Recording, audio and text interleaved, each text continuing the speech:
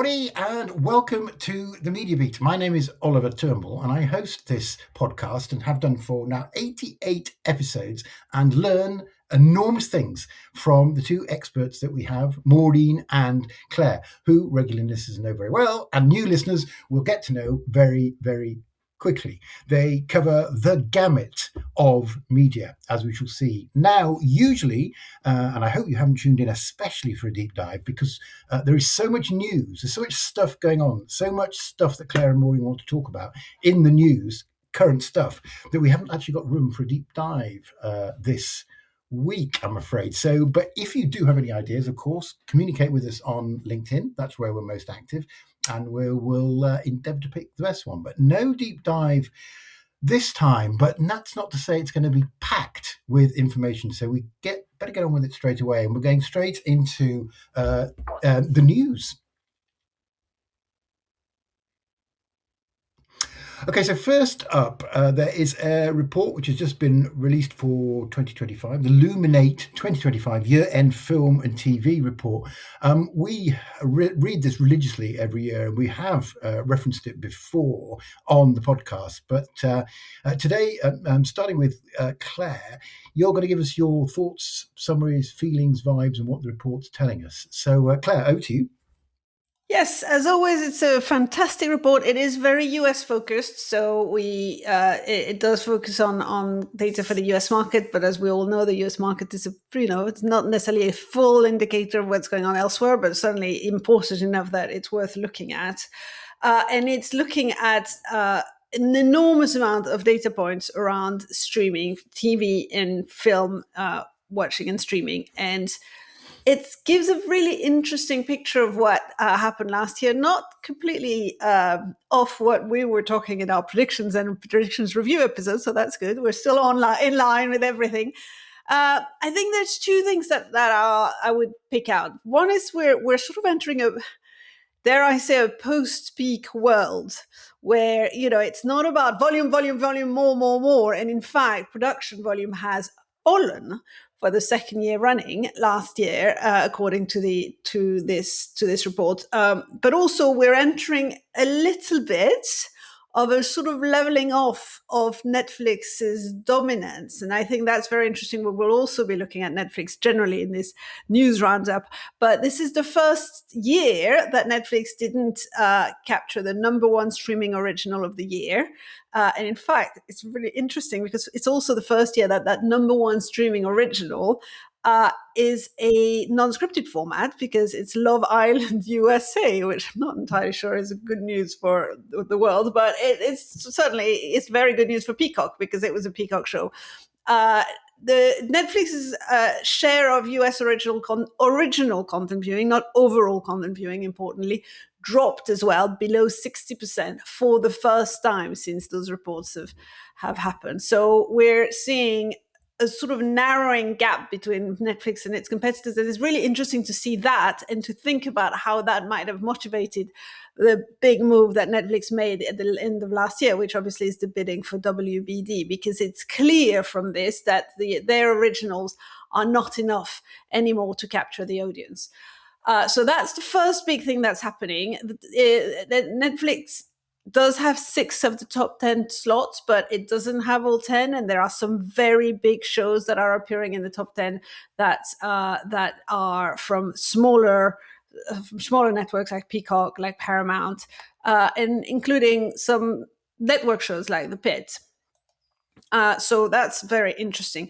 The other big thing that's coming out of that report is the production exodus. I should never have said that word. This is one of these English words that I cannot pronounce. The fact that nobody produces in the US anymore. Here we go. That's a much easier way to say it. So scripted production in Los Angeles has gone down by over 50% from its height. It's gone down by 26% this year. And everybody's producing abroad. But why? Because tax incentives, because lower costs. We did a big deep dive on that a couple of years ago. We probably should review that because things have changed even worse. But yes, it's people are moving primarily to Canada for logistical and geographical reasons, but the UK as well. And a lot of these productions are moving in the UK. And then a lot of new production centers are appearing everywhere. So that's very bad news for the industry in the US and those people who are working in the industry, not the big stars who will always find work, not the big name directors, but the people who've built a career working around the industry in LA or working for the industry in LA are currently suffering really badly. We're also seeing unscripted dropping fast. Yes, I've just said Love Island has done really well, and we've also had the success of The Traitor, but those are one-offs rather than a trend, and unscripted generally is not doing well.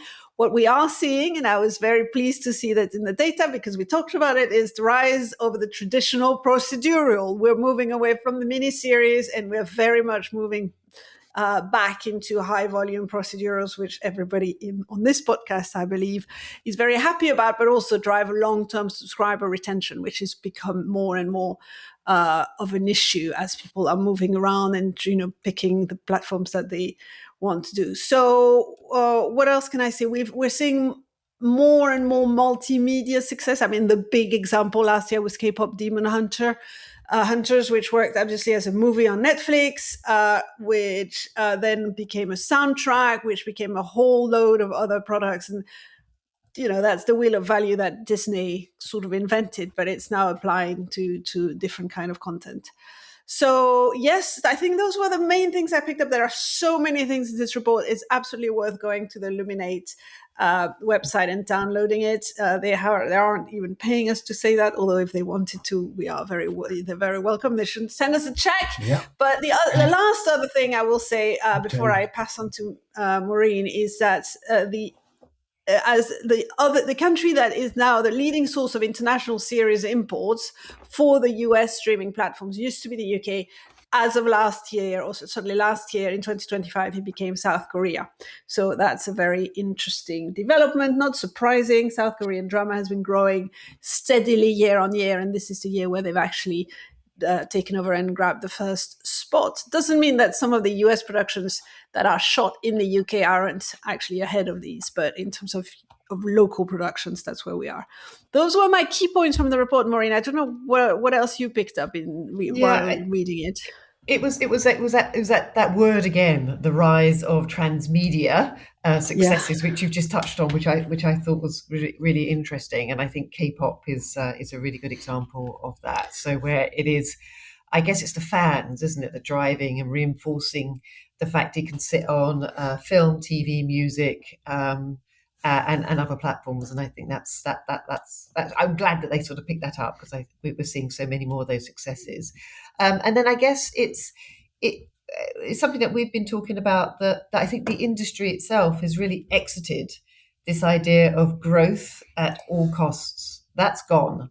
They can't afford to just chase either Emmys or chase awards. It's very critical that they get the market fit. So the audience is really driving now what they want to watch, where they want to watch it. And so that engagement over volume is really driving, I think, the industry overall. But no, otherwise, Claire, as always, you've been fantastic, and you've captured the essence of that, the key points from that report. So yeah. We love Luminate. We'll probably pick up their music report at some point as well. Yeah. And it's free, right? It's free. Yes, it's free. You can go to the website. You do need to give your details, but then you can download it. Yeah, absolutely. You give your soul. You give your soul away by giving them your email address. That's all you have to do. But I'm sure they're reputable, so not too much spam is coming. It's a great team. A tweet from their chief marketer who says, "Thanks for the plug. It's too late for me to give you any cash because you've already given us the plug," which seems a bit unfair. That is true. We miscalculated on that. Yeah. We're just nice, basically. We're all a bit sort of artistic with no head. Well, next year, head for business, which we should have sorted that. But anyway, never mind. We've got to move on quickly. Maureen, there's an update on TikTok that you have for us. Oh gosh, yes, absolutely. I mean, Claire and I have been waiting this with bated breath as to the will TikTok be banned or not banned in the USA? And finally, we have an answer.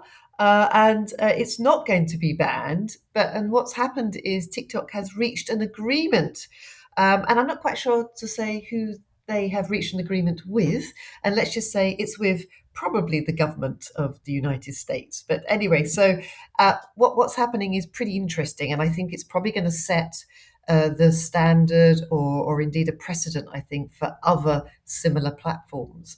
So TikTok, instead of being an all-out sale of its business, it's created what we will call in this industry a really novel joint venture, which will run its US business. Now, this new entity is majority American owned.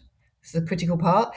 It has its own CEO, it will have its own security leadership, and it has a board controlled by big US investors, big private equity guys, and other executives. Now, ByteDance, the parent company, still earns and will earn money from TikTok in the US, but it will no longer control what we've all been discussing, the most sensitive parts of how the platform operates in the USA. So under this deal, all of the US user data is now stored and processed inside the United States. But frankly, Claire and I have already spoken about this. That was the case anyway, because it was sitting in the infrastructure provided by Oracle. But anyway, this gives regulators clear visibility into where the data lives and how it will be handled. But, right, so the most important thing, it was never about where the data is stored, it was about the algorithm. So TikTok's recommendation system in the US will now be trained, tested, and updated using only US user data under US rules and oversight. So in practice, that creates a very, very US specific version of TikTok's algorithm rather than one global system running everywhere for everyone. So that's a big shift. And for years, I think the large platforms have always assumed that they needed a single core intelligence to really work their their overall business proposition. But now TikTok is showing them that they will accept a divided system. So one algorithm will be shaping basically shaped by, let's say, US laws and pressures, and another serving the rest of the world. So I think both the US administration and Chinese authorities approved this arrangement. So it will be probably in force during the course of this year. But I think what TikTok effectively has traded was control, I think, so it's basically handed off to the US. And I think we'll probably see this in other industries. Maybe this will be critical for chips, maybe Huawei or ASML, and other businesses might need to sort of seriously think about what their state of affairs are when doing business in the US. So anyway, we've got a solution. So for creators, I think this is probably going to matter quite a bit. It's going to be a US specific algorithm. The control now is surfaced within the US, and I think everything now in terms of discoverability, reach, is now on this land. And I say that because I'm here in the US. So interesting. It's borderless. It's a fantastic, I think, probably solution. Let's just see how it pans out. But yeah, incredible, absolutely incredible that we've now got finality. I mean, I agree that it's a win-win situation. It's an interesting compromise, and both parties can genuinely claim that they've won, which is always the best in these sort of deals. So for the US, it's clearly a political win. Trump can go around and say, well, look, I've saved your app. You can still use the app, and we've sort of removed foreign adversary control, which is great. But for TikTok, or ByteDance rather, one of the big things they didn't want was to sell their algorithm. We talked about this, and they're not selling their algorithm. They're licensing it for retraining. So they have avoided that big thing that was a big deal breaker for them. And they've also ensured, obviously, TikTok's survival in its biggest market. But also they're keeping 50% of the US profit. So they are still there. They're still making money, and they've kept the algorithm. So they will be very happy. China will be happy. Everybody's happy. There are a couple of interesting things to think about in terms of what that precedent sets. It may well become a template for other regional sort of compromises. because basically what we're saying is instead of being one big global apps, we're going to start seeing more localized versions with algorithms being retrained on domestic data, which is a really interesting thing to think about, especially in the context of the EU. I also want to point out that there was a specific law in the US in 2024 which said, that Biden had to divest TikTok, and this deal completely bypasses the law through executive orders. So that's a political issue for people who understand the US political landscape, but it's an interesting one. I think it's a really interesting deal, and I love those deals where everybody can genuinely go out and say, this is exactly what I wanted. So well done. Yeah, I suppose that's true. Good news story, sort of. It's strange, isn't it? It's a case of the internet bringing the world together, and then it's sort of dividing again. But anyway, that was a lovely story, well explained. Thank you so much. We've now moved on to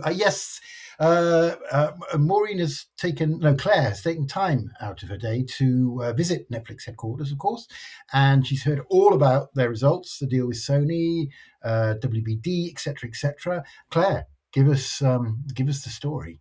So Netflix just announced their results. Revenues are increasing year on year, 18%.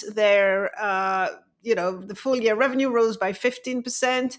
The global base of subscribers rose by 8%.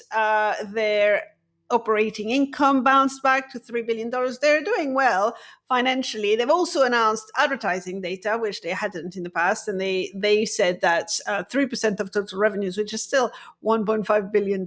So it's not tiny. And they've announced that that was going to double. So, good.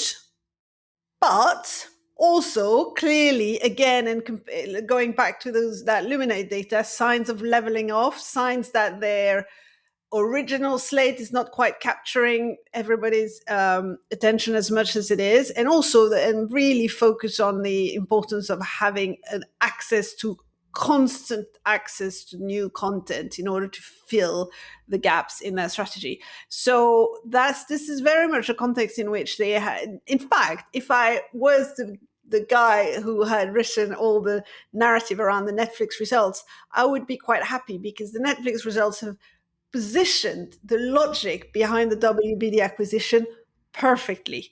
Basically, you listen to these results, and yes, they've actually taken a bit of a hit on their share price, but you go, oh my God, they must buy WBD. They absolutely need access to that library. They need access to a steady state of content. Thank God they've done that bit. Thank God this deal is happening, which is not quite where I think the market was at the end of last year, where there was a real question about whether this was a real deal and how expensive it was going to be for Netflix, and was it really worth the money?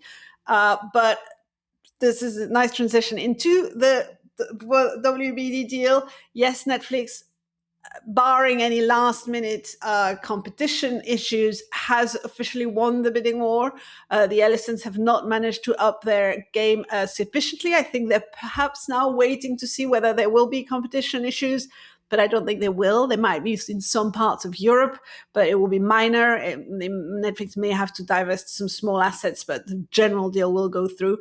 Total value of the deal is $82.7 billion at a 27.75 dollars per share, all cash offer, which explains perhaps some of the nervousness of the shareholding of Netflix. I'm sure Maureen will have things to say about the deal and whether it's worth it, but the market is shifting and really understanding better the logic behind that acquisition, I believe, especially after those results. Another big deal that Netflix has just announced is that they are they've done an exclusive deal with Sony.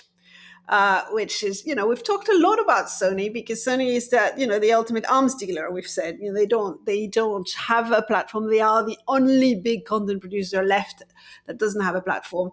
And their arms dealing strategy has once again paid out quite well, since in January, this month, they have signed a $7 billion global Pay one agreement with Netflix. So basically that means that Netflix is now the exclusive global home for Sony's theatrical releases, and that will include Spider-Man, Spider-Verse, and The Legend of Zelda once they leave the sort of first window, which are, theaters and then digital rental store. So that's again really a focus of Netflix, of creating this, I'm going to call it this content moat, where they are shoring up their position by creating exclusive access. We're back to exclusive access to massive IP, in this case, Marvel characters, gaming adaptations, and they don't have to produce them themselves. And it's a simple deal. So for Sony, it will simplify their distribution enormously, because they used to have to deal various local streaming deals. And now suddenly it's one deal. It's Netflix. Everything from Sony goes on Netflix. So I think in some ways, it's a good deal for Netflix. Absolutely. It's also a really good deal for Sony, and it really validates their independent strategy. So I think that is going to be very interesting. Those were all the news on the Netflix front from the headquarters where I'm now standing, possibly. But what did you think, Maureen, of all of this? So I love this, because we've discussed this before, Claire, you and I, about the managing the expectations of the analyst community, and it's extraordinary. So you just listed significant, drivers of strategy. You've spoken about some fantastic deals. Then of course you've got the Warner Brothers, where they've just pushed the Ellisons out of the way, and now they're just full steam ahead to secure probably the biggest, the gold standard of film and TV company in the world today. And then all of a sudden the share price drops about 5-6%, which is extraordinary. So you think, what are you looking at? Analysts, what are you looking at? What CEO of a media company would die for these statistics? Yeah. Double-digit growth in its operating business, double-digit, well, in fact, 25 to 30% operating profit. Can you point your finger to any media company that has been able to share statistics like that on their business in the last 3 decades? I mean, you and I have worked in media companies for most of our career, and what CEO would die for statistics like that? I mean, I find it incredible. I really do believe there's a mismatch sometimes with the analyst community, for listed businesses, and the story. But it's all about this expectation management, isn't it? And expectations for Netflix are very high. Yeah, they've created these expectations, one might say. And they have created that, exactly. So the one thing, although you have done a sterling job, Claire, as always, of pulling out all the strategic initiatives that Netflix is basically driving through and succeeding and executing extremely well. But one I was really fascinated by was this small little announcement that the CEO, Greg Peters, announced, and that was about dealing with discovery. We're always complaining about you can't find this show, we don't know what to watch. Discovery is really broken, in my view, for the streamers and even for legacy media companies. But they've announced this thing that they're redesigning. It's not superficial, it's not cosmetic, but they're redesigning their app to surface short vertical clips much more prominently at the moment that you open the app. They're not trailers.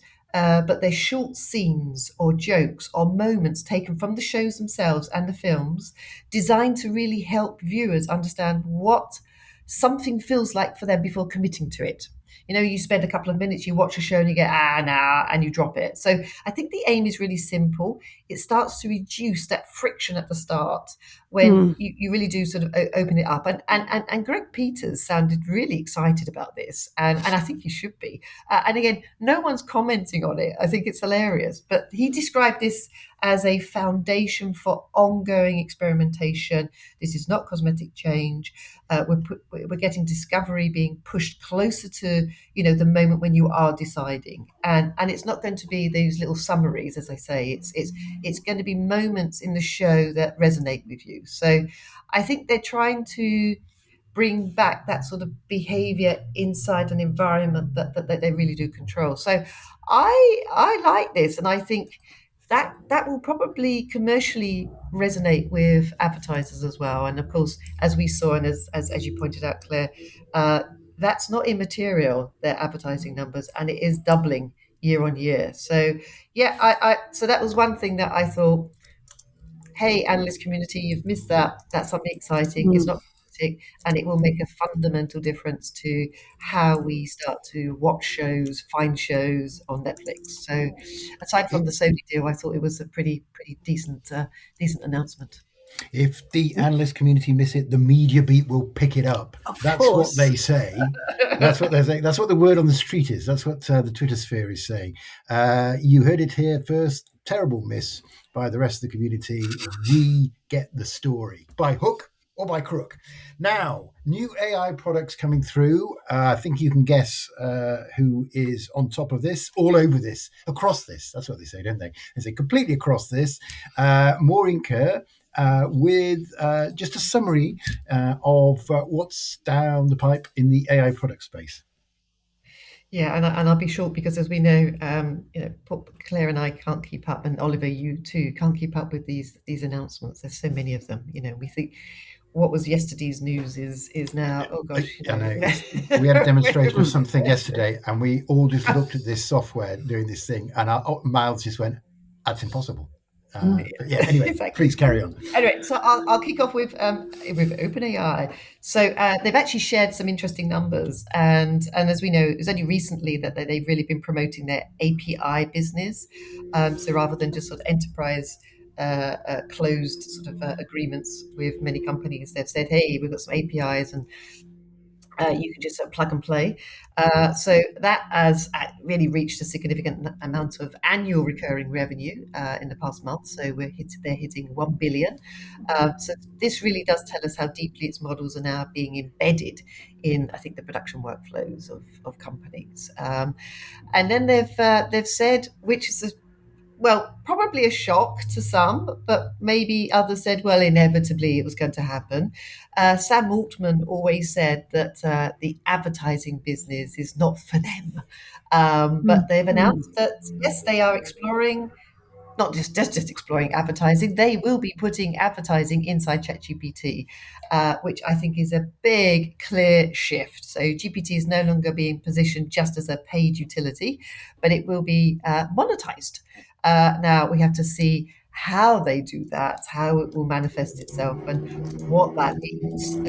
But management is also talking about revenue sharing and licensing and so on. But I think that's a big change in strategic direction by putting advertising, and it will have an impact. And just like, and Claire and I remember we smiled when Netflix announced that when it was putting advertising tiers in place, and it said, hey, our CPMs, we're going to achieve $60.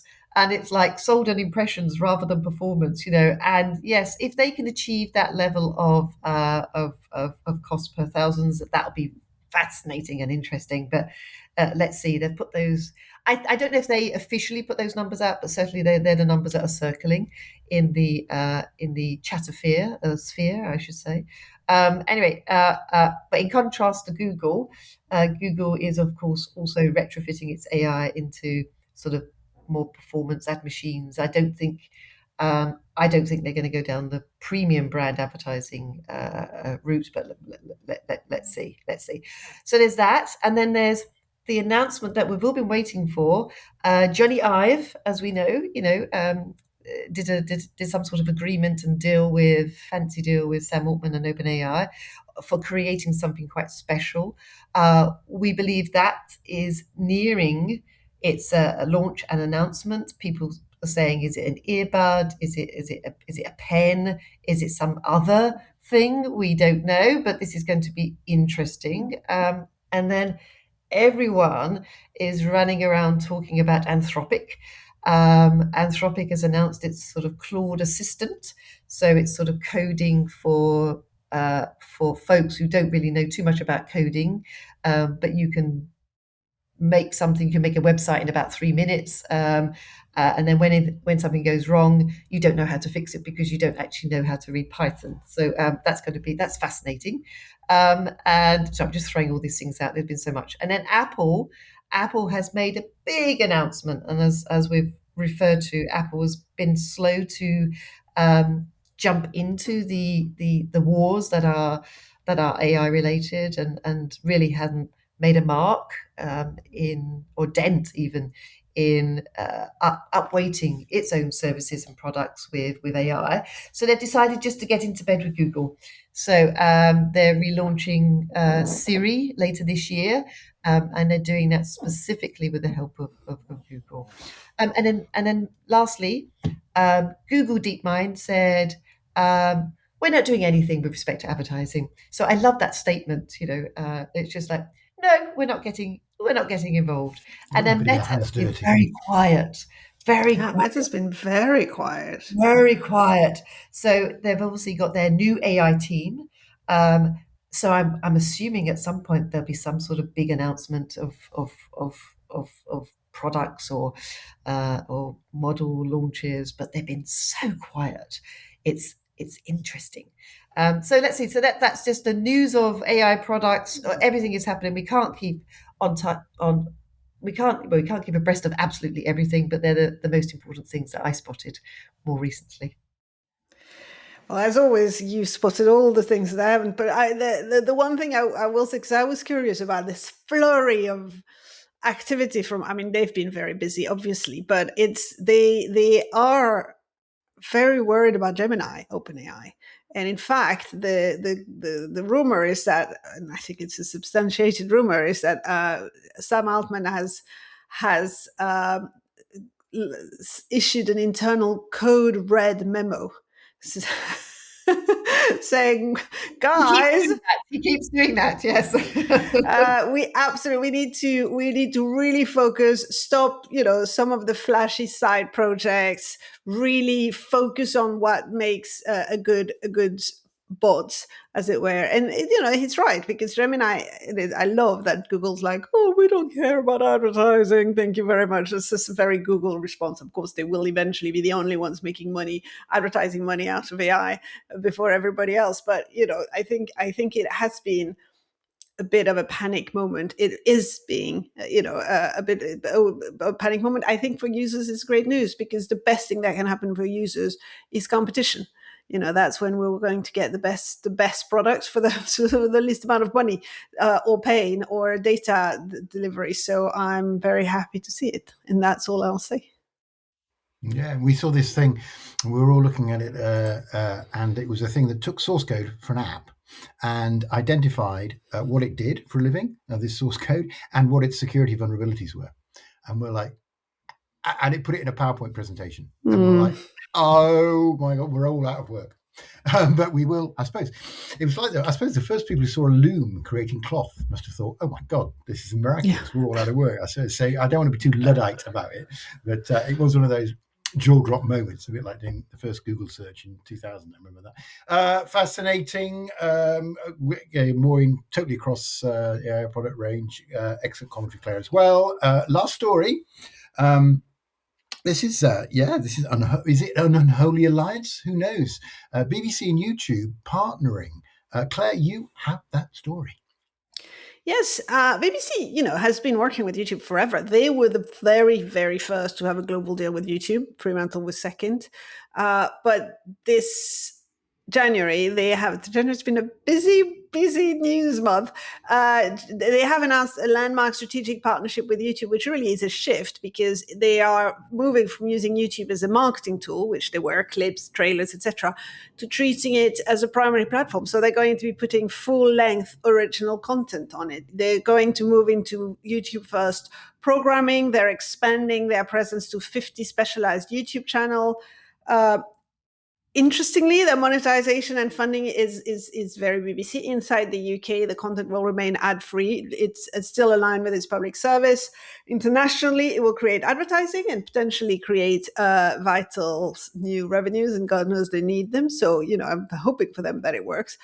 I think and a lot of content will drop on YouTube and the BBC iPlayer at the same time. So they've been mixed reviews of that deal, I will say, in the media. Some people thinking that the BBC that has completely lost it. Others, concerned that there's going to be slopification that's going to lead the BBC to create, click-driven slop and algorithmic trends and all of that. From my perspective, I think they're right. They have a public mission to, provide quality content to the British public. We all know that the British public is watching YouTube. They're not watching the TV. And so they're going where the audience is, which I think is the right thing to do. So it doesn't mean that they aren't going to continue to have their own channels. I'm sure they will, but they're also very, very aware that they are missing on the younger audiences. So YouTube is the primary search engine for video for Gen Z and Gen Alpha, and so that's where the BBC has to be with their publicly funded content. So I think it's a really interesting deal, and I'm looking forward to seeing where it lands. What did you think, Maureen? I think I'm in agreement with you, Claire. I'm on the sort of well done BBC, and I think the timing is absolutely apt. It's appropriate for them because the numbers are not looking great. As you pointed out, I think it was December of last year we saw some stats where YouTube's UK reach hit like 52 million viewers, overtaking the BBC's 50 on certain audience measures. So I think that marked for the first time that the BBC needed to respond. The BBC does need to reach all audiences, and I think my understanding is they're going to focus on young adult audiences, children, and so on. And I think the first coverage will begin also with the Winter Olympics in February. So, and the commercial structure is smart. Outside the UK, the YouTube content will clearly carry the advertising, and that's I think inside the UK there'll be no ads. So that's no ads. The BBC's public service model for license fee payers. So I think it's smart. And remember, the BBC was the first channel to create. I mean, they moved BBC Three online very early on. They've always been up for trying new things, new models, and follow the audience shifts in behaviors, which I think is from such a behemoth of a corporation is quite admirable, really. And they've been very commercially minded as well, which I think is really important for them. They lost 1.1 billion in license fee revenue last year, and the government, as we all know, actively reviewing their funding model. So they can't just sit there and wait. They've got to take action. So good on them. Smart. Quick question as a result of that brilliant analysis. CDS, click-driven slop, is that copyright Claire Tavernier? Because it's brilliant. No. I read that somewhere. I can't remember where though. Oh, it's shame. a click-driven slop. But we could pretend it's ours. If somebody wants to claim ownership, please write to us. But otherwise, we'll just pretend it's us. Difficult to defend. I think that. Yeah. Attribution should be given to Claire Tavernier. Yeah. And then if anyone else wants to say that it could have been generated from Claude or other, exactly. Yeah, bring it on. Bring it on. I think we've got some pretty decent lawyers behind the media beat, as you know. We don't mind a high court battle, and we have prevailed in many. Thank you for that. That was fantastic, as ever. Great analysis, and the YouTube, the YouTube area, the area of the YouTube. God, I sound like my father. The section of YouTube that does not have click-driven slop is the Media Beat channel, where we appear on a regular basis. So if you want to see what we look like, you will not be disappointed, because we're all super gorgeous. Thank you both, Maureen. Thank you, Claire. That was in the news, which gives us just a very short time to go to Podmojis. We've got three good ones, and I don't know who's going to go first, so someone's got to volunteer, but it's Ubisoft. So we're talking gaming. And I think I'll go to Claire first. We're talking French as well. You've got to go to Claire. French and gaming. Okay, well, gaming is Ubisoft is not having a good month or a good year, or maybe we're getting to a good half decade. They have announced key studio closures. So they're closing their Swedish office, they're closing their Canadian office, they're restructuring a bunch of other offices, and they're proposing a voluntary mutual termination plan so that they can get rid of 200 jobs in Paris, which, as everybody knows who's worked in France, that's not an easy undertaking. And they've also cancelled 6 games. So they've lots of big games, but the big one that everybody's noted was Prince of Persia: The Sands of Time, which has been in development hell for years and years, and it's been trying to reboot several times, and now it's been officially cancelled. Now, in parallel, there are lots of dissatisfied Ubisoft employees. So you may not be surprised to hear that several French unions representing Ubisoft workers have called for a massive international strike in February, on the 10th of February, and they're protesting various things, including a return to office mandate, which is interesting. But no, the stock price is hitting a very low level following all of this. It's sad, really, because Ubisoft is a great studio. They've done some fantastic games. It was a real French success story. It's suffering from what a lot of people are suffering from, which is the contraction of the market and the difficulty to launch new IP, and how expensive it has become to develop AAA games, which reminds us that we need to do a deep dive on gaming very soon. So I've got a sad face emoji. That's my emoji. Oh, beautiful, heart-rending. That's superb. It's my really French sad face. Yeah, it was almost like the scream. It was perfect. Very good. Maureen, over to you. That's a lot of points for that. Hang on, let me write that down. Right, Maureen. Yeah. I can only sort of, there's not much to build on that. I mean, Claire's sort of got the whole story there, but it's a classic. If you don't get your major releases out there fast enough, and if they're underperforming commercially, your business is bust. And I think Ubisoft is it's a pity, but it's a pity that it will have an impact on the employees. That's the issue, and that's a big sort of set of numbers to lay off. But all of these, like Star Wars, Outlaws, Skulls and Bones, and X Defiant, it's just a pity. And if you can't hit the numbers and your product releases are delayed, the gamers will walk. And that's what the situation is at the moment, and very difficult to cover. And of course, the Popmoji that I have, as she desperately looks around a hotel room that she just not familiar with something. You didn't bring your bag of props with you. I didn't. I just simply say, these are my magnifying glasses, and you closely look at the detail. The detail shows you that management has really not executed very well. So it's just the devil's in the detail. And that's very good. That's super, not convoluted at all. With your pince-nez. Love it. That's brilliantly improvised. With my French news de nez. See, I got the French bit there. See, I thought we said it is pince-nez. I always thought pince-nez. Pardon. But the company's called news de nez. That's why. Okay, gotcha. Okay, good. Points on that. Well done. The next one, Maureen. You've talked about this before. I really should check this out. Short form dramas. I don't get it, so I need to do some research. But anyway, short form dramas, Maureen. Well, it was triggered, but I did. We did a nice little deep dive, and of course, the latter part of last year, we had Content London, and Content London did a big afternoon session with vertical drama, and Claire and I have been sort of monitoring this and looking at this. And the only reason I thought it was interesting is because there was a report that came out, Sensors Tower's State of Mobile 2026 report, which is an interesting one. It just reinforced what we kind of know already, that short dramas have had a breakout sort of video subgenre set of statistics. And one that I thought was really interesting was time spent on short drama apps grew 311% year on year in Q4 2025, while downloads rose a good almost 200%, overtaking traditional over-the-top streaming downloads for the first time.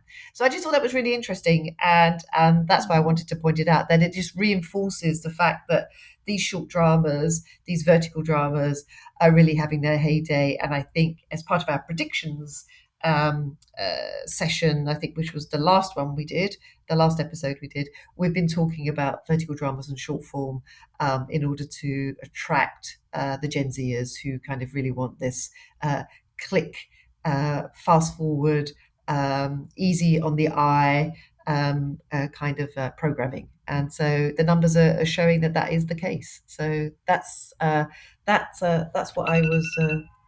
That's what I was. Maureen, and you're going to use a phone alarm as your problem. And That's beautiful timing. And my phone alarm is now, Maureen. You need to stop here. That's my pop emoji. Stop here, Maureen. This is brilliant that's improvisation. the emoji. The phone alarm is a phone emoji. I like that. That's very good repurposing. 1,000 points for that.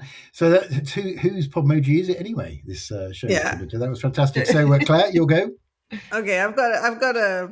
This is my emoji. More optical props, I see. No, but because it makes me feel old. Do I look old? Yeah, I mean, don't answer that question. You absolutely do not answer that question. But it just the vertical dramas for me makes me feel old because I don't get it. Maybe I'm wrong, and it will become a real trend. Maybe I'm right, and it will remain a sort of nice, interesting niche that doesn't quite become mainstream. I don't know, but I don't get it. If anybody has good examples of a vertical drama, microdrama that I would enjoy, please send it to the show because I would like to try and understand it better. It just makes me feel old. So I don't. Therefore, I don't like Claire. it. You're just not the target audience, Claire. That's the reason. Okay, well, this is not making me feel any younger. So thank you for that. I know what you mean. I appreciate it, Maureen. That was really good.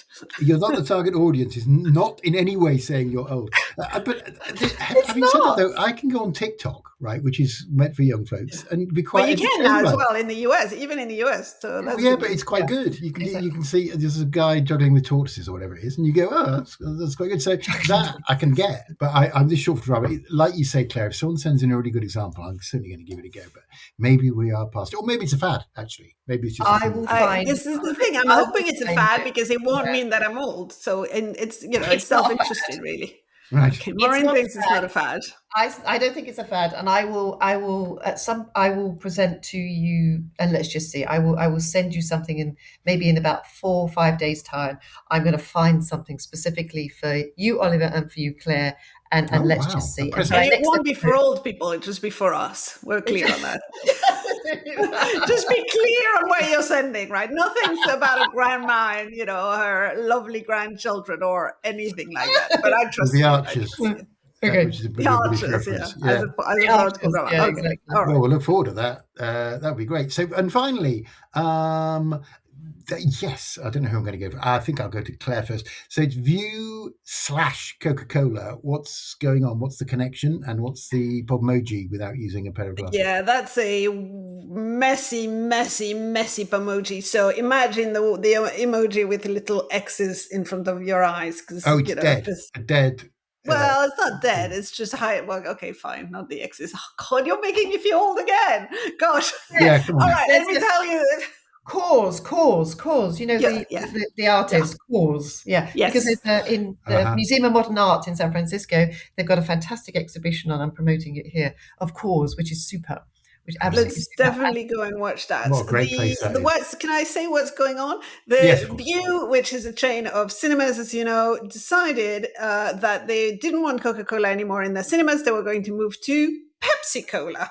And they signed an exclusive deal that will run until 2030. Okay, they're fine. They're allowed to do this.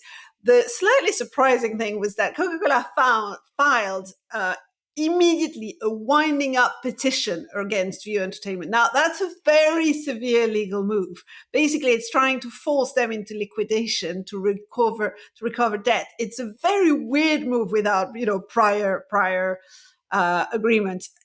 Immediately, View CEO went out and said there is no that's just, don't worry, it's sorted, and it was a very small amount, and I don't know what happened, but people were quite surprised by the pettiness of the legal filing, because honestly, for Coca-Cola, this is not a big deal. We're talking, according to the reports, we're talking about £100,000, which is not negligible. But if you're Coca-Cola, it's not actually very big. So how petty? So actually, I'm changing my emoji to a mean girl emoji, and I'm trying to figure out what a mean girl emoji looks like. But I think on Wednesday, oh yeah, I like that. I was going to say on Wednesday we wear pink. but I quite like the sort of the claws. The row. Absolutely. That's points of plenty there. That's a good one, Margaret. I like that. So I don't know, it's a funny story. It wasn't funny for the view, I assume. But it's a strange story. You kind of wonder what happened there. There was clearly a breakdown in communication somewhere. I don't get political, but it's like a Trumpian strop, isn't it? It's probably cost them more in legal fees than what they had to recover in debt as well. Sorry, Oliver, I like that. It's like you're absolutely right, Oliver. It's like a Trumpian spat. It's ridiculous. I mean, Tim Richards, who's a CEO, said, "What happened to the telephone? Why didn't someone just call me and say, hey guys, you've got a de minimis amount of money that you need to give us before filing this lawsuit," which was absolutely incredible, absolutely incredible. It would be laughable. It is funny, but it's not funny, And it was an extraordinary episode. It's just incredible. I don't think it reflected very well on Coca-Cola, to be honest. It's not reflected at all well on Coca-Cola, and I think Tim Richards won the day there. I think he did, and it is a de minimis amount of money from a Coca-Cola standpoint. Yeah. I think Pepsi should come out with something kind of quite humorous and funny. I don't know, some very creative PR move. I think it'd be hilarious. It'd be absolutely hilarious. To taste the difference. Yeah, taste the difference. More than by the way, $1,000 or something. Yeah.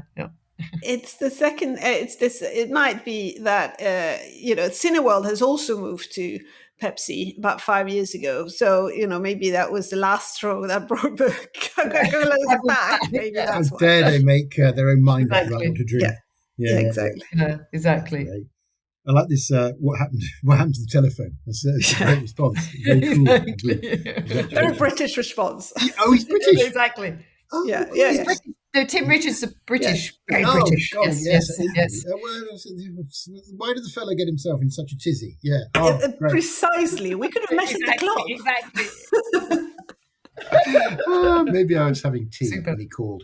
That's fantastic. What a great. There's no Podmoji there, Maureen, and you need a third of a point to draw level with. Oh no, he did. She did the catty Podmoji. So you both did the same. No, well, I stole it from Maureen. Okay, so that's a negative 5 point. I actually have a cat sitting there, but if I bring it to the should I bring the cat? Well, that might tip you over into a victory, but okay, I'm going to bring the cat. Be careful. Oh yeah! Oh wow! This is live. It's excellent that we're on YouTube now. For everybody listening on Spotify, Claire's left the building and brought back. Oh, look at that! Oh, yeah, pissed off though. Not happy. He's looking. Not happy. What? This could have been a phone call. Is it? Yeah, exactly. What happened to the phone? The cat's a very French cat. It was just like, no, I'm not your plaything. So you get a point for bringing the cat, but you lose it for the performance of the cat leaving a draw. It's a draw this week. Oh, come on, cat! You made me lose a point. Nearly made it. Practice this. 1,001 points each. So congratulations, first each, both gold medal. I think that's fine. That was wonderful. Well done, great. So much stuff going on. I understood now why you wanted a news round. But yes, that gaming deep dive has to happen. So that's it. Maureen, it's the middle of the night where you are, I think, or it must feel like it. So well done for keeping going, although the sun is now streaming in your window. Enjoy Frisco. Claire, enjoy whatever you're doing. Maureen, goodbye for now. Goodbye, Oliver. Goodbye, Claire. Goodbye to everyone. And goodbye to Claire, although she's messing with the cat, so I can't say goodbye to Claire. But goodbye from me, and see you next time. Bye-bye.